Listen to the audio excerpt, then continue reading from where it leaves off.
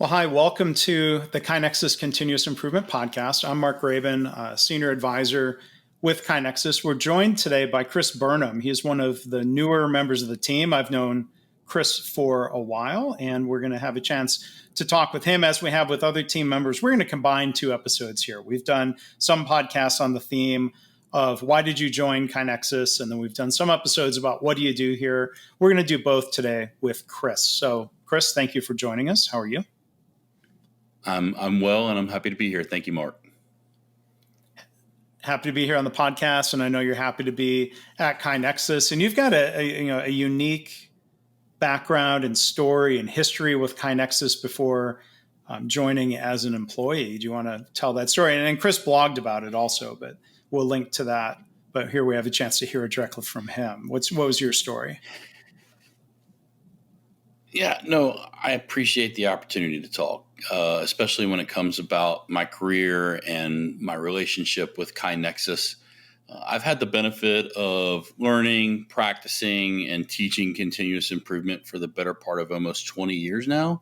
That's a little difficult for me to say, a little gray in the temples, but it's from my first days when I was exposed to it as a frontline operations manager at a contract manufacturing company in Charlotte, and being able to see firsthand, I guess, the transformational power of how just lean as a people operating system works. It wasn't tool based. It was just idea based. It's really how do you celebrate the ideas of folks. And even at that level, at the front line, I felt like my responsibility was to make it to where people could share their ideas.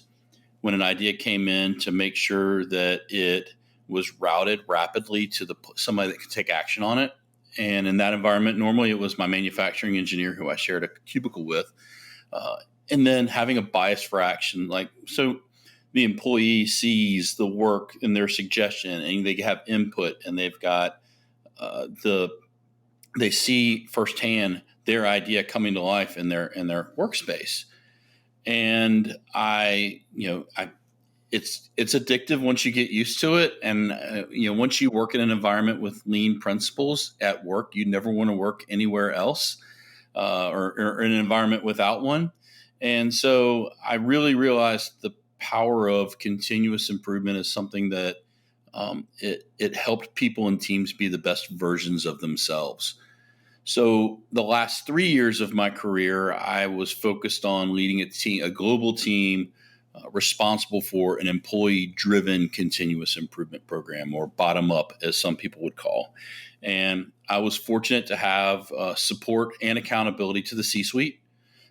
He was very interested in what I was doing and why I was doing. And the questions never was about me. It was tell me a story about an improvement that was done in France, or that was done in Cork, Ireland, or that was done in Chicago. And being able to tell him those stories, it's a powerful tool for being able to share continuous improvement as a cultural piggyback.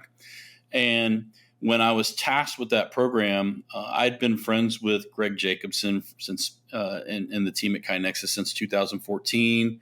I actually produced a podcast episode with Greg for my podcast and the Lean Leadership Podcast, and we've stayed in close touch throughout the years. I've gone to Greg and Jeff and you for advice on the tactical and strategic pieces of how to run a successful continuous improvement program. So when I was given the opportunity to lead this global team at my last employer, I reached out immediately because I knew this is what the technology piece for this is. And it allowed me the bandwidth to then be focused on the people and the process, and not having to worry about the communication, the reporting, having a bunch of people entering data into Excel spreadsheets and sending it across. And I was able to focus on the work and focus on the people. So the company that I worked for went through a merger and acquisition, and as that happens, I found myself with an opportunity to explore some new things. And I picked up the phone, and the first person I called was Jeff, because I know that KaiNexus has relationships with companies that are doing good work and really transformational work. And we just had a brief conversation. I gave him an update on where I was going and what I was doing. And a few days later, he calls me back and says, have you thought about working here? And really, I hadn't. I know that it was a unique situation for me and for them and for the company as well, because I've used the product in that environment. But then also I've got that 20 years of experience with continuous improvement, Lean, and Six Sigma that just allowed me to see things from a different point of view and be able to really add value to the company and add value to the clients. And I'm at a point in my career where it's important to me that I'm doing good work or work that benefits folks and in society. And the mission of KaiNexus of spreading continuous improvement it's a noble one, and it's one that's goes with my life's work. Yeah. Well, it's great to hear the story of how reaching out to do some networking led to something unexpected and altogether good. Yeah, absolutely. But I remember the early conversations. It was that we had. It was, guys, I'm a fan and I'm going to be a supporter of this no matter what. And I think that spirit of transparency and having a shared vision really it worked out well. And we talked about kind of what would it look like for Chris to work at KaiNexus? What would that work be, and how would we do that? And really, the focus was, how do we add value to our clients and helping them understand that delicate balance around continuous improvement, leadership, and then technology. And I've got a differing perspective that I can talk about that, and then also talk in the first person from a voice of the customer experience with KaiNexus, but really helping our clients and our internal team be the best versions of themselves and experience that. If I have to, I know it sounds hokey, but experience that emotional satisfaction that I had as a young operations manager 20 years ago. When you see it, it's like, this is really cool. And it's a team effort. It's not no one gets to pat themselves on the back. There's always someone else patting you on the back. And that's the same kind of camaraderie and culture that I've experienced in my short time at KaiNexus as an employee.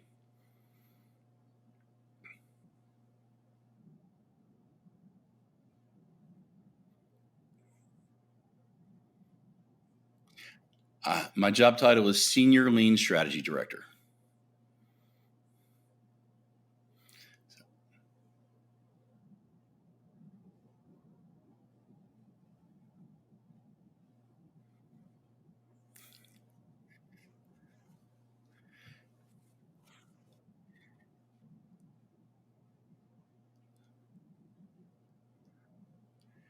Yeah, so it was a new role, and so I feel like I've got an added responsibility, being the first person to sit in that chair to put it in the right direction for future people that would have an opportunity to sit in that chair, but or more likely stand in that space, because we're a pretty dynamic company. We operate at a pretty high level of execution, but with that role, it's really being a credible advisor to our customers about how they're using the product, what problem are they trying to solve with our product, and validating that we've got the right pieces and elements around their use case and the solution that we're applying for them that makes them effective. And then probably one of the biggest things that stood out to me in the interactions that I've been able to have is just helping them understand the need for simplicity.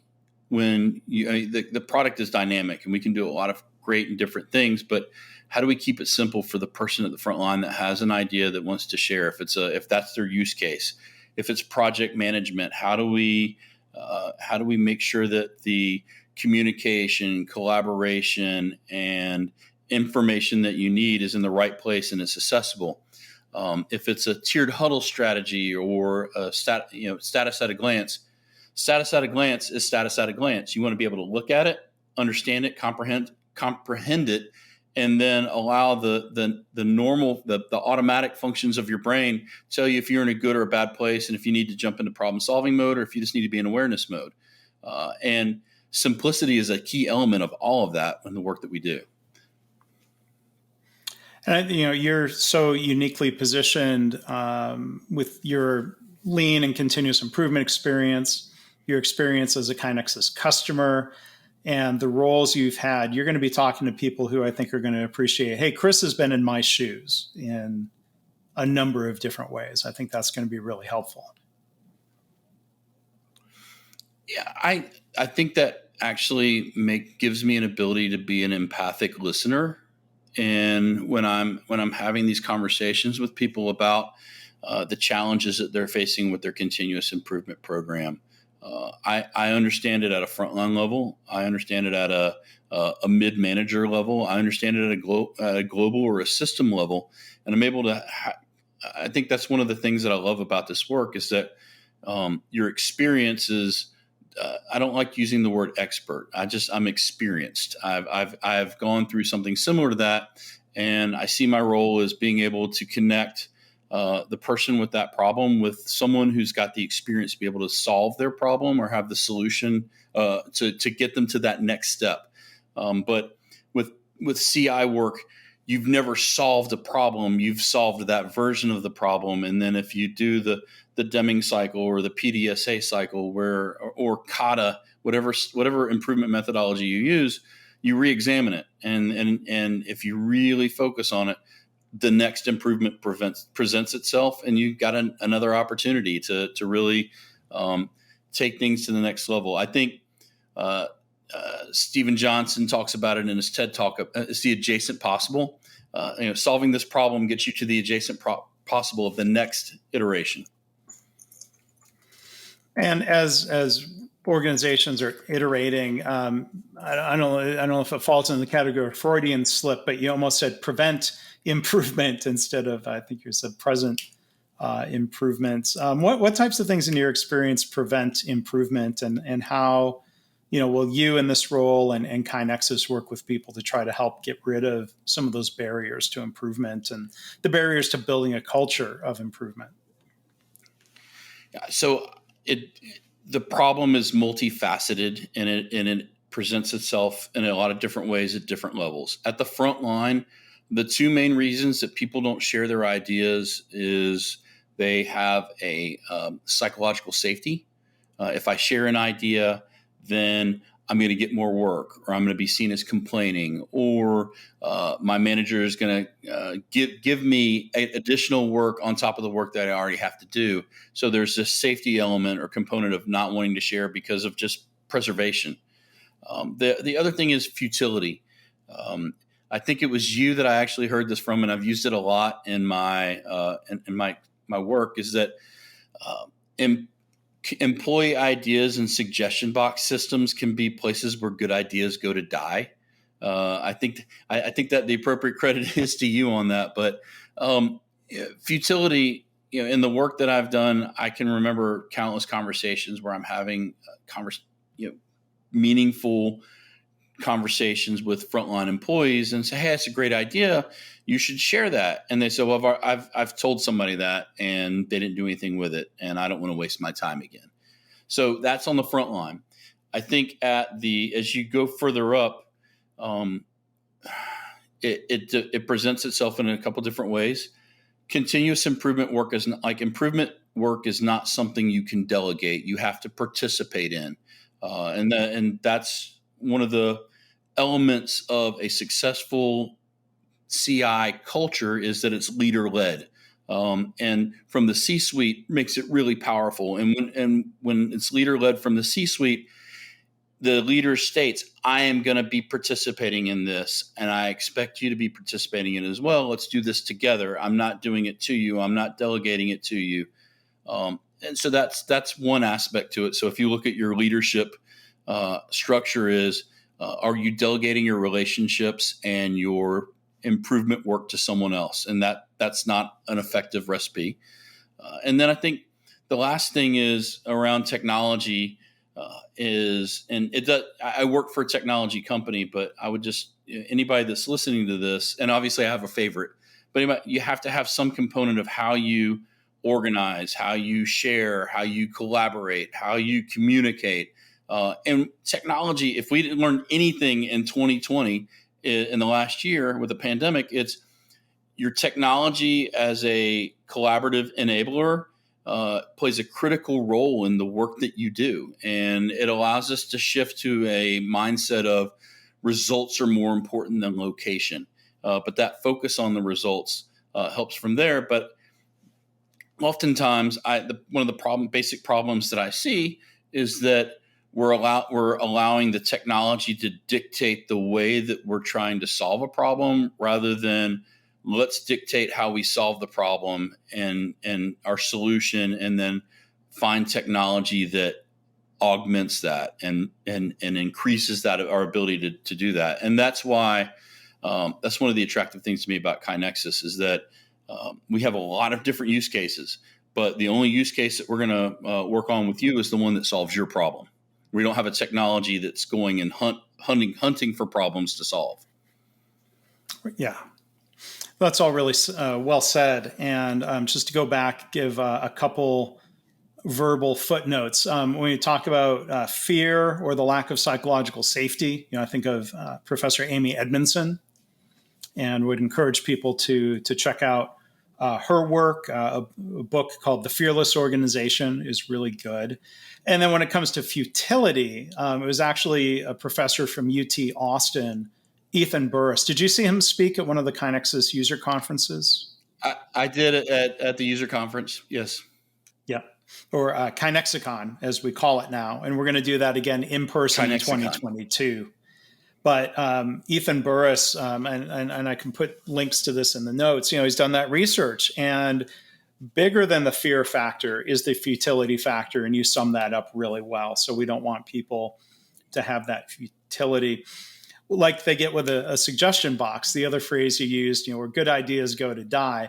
I mean, I use that a lot. It was one of my clients in West Texas, in the Midland, Odessa area years ago, who in just such a great drawn out drawl kind of way.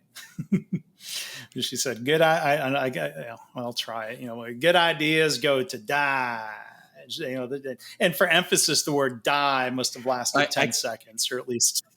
I can almost hear the eagle scream and then see the idea roll by like a tumbleweed beside a cattle skull right there when you say that. There are buzzards circling over your suggestion box if you have one. So, Chris, that's the other thing is that you see suggestion boxes with a lock on them. Why? Yeah. Like, what, are they gonna? Should you be afraid of them? Are they gonna get out and go improve themselves? Are they getting stolen? Why? Yeah. We are birds birds of a feather. Whether it's eagles or buzzards, no, we're just birds. We're two birds who love continuous improvement. We appreciate the challenges and the futility of suggestion boxes. So, Chris, I'm really glad that you're bringing that experience to KaiNexus as an employee now, and there's going to be a lot of great growth ahead. You mentioned the podcast earlier before we wrap up. Give a plug for the name again, because you've started doing new episodes. So please, we want people to go listen to that. Lean Leadership Yeah, it's the Lean Leadership Podcast.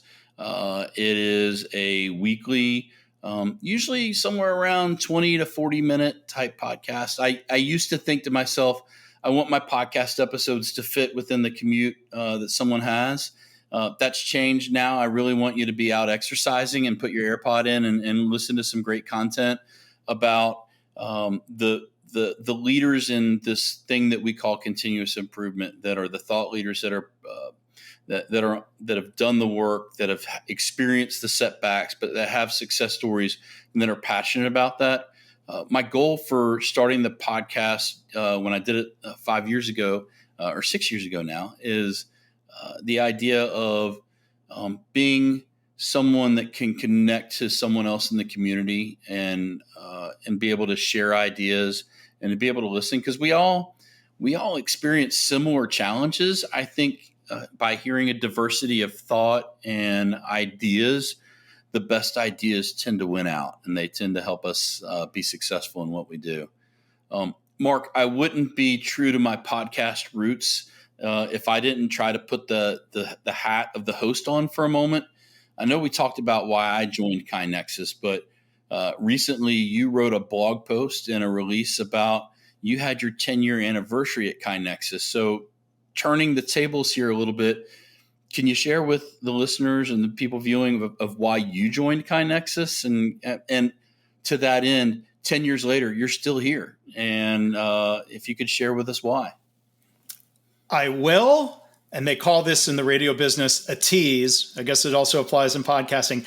In an upcoming episode of the podcast, we are going to do that. We're going to turn the tables and have that discussion. So please stay tuned. If you're listening for the first time and you want to hear my story and some reflections over those 10 years, please do subscribe or follow and check out that episode. So yeah, Chris, you'll turn the tables on me, and look forward to hearing your voice here in the KaiNexus podcast in different ways. More so in different, in the future as you continue your own podcast. So thanks for joining us today. We'll be right back to do that next episode.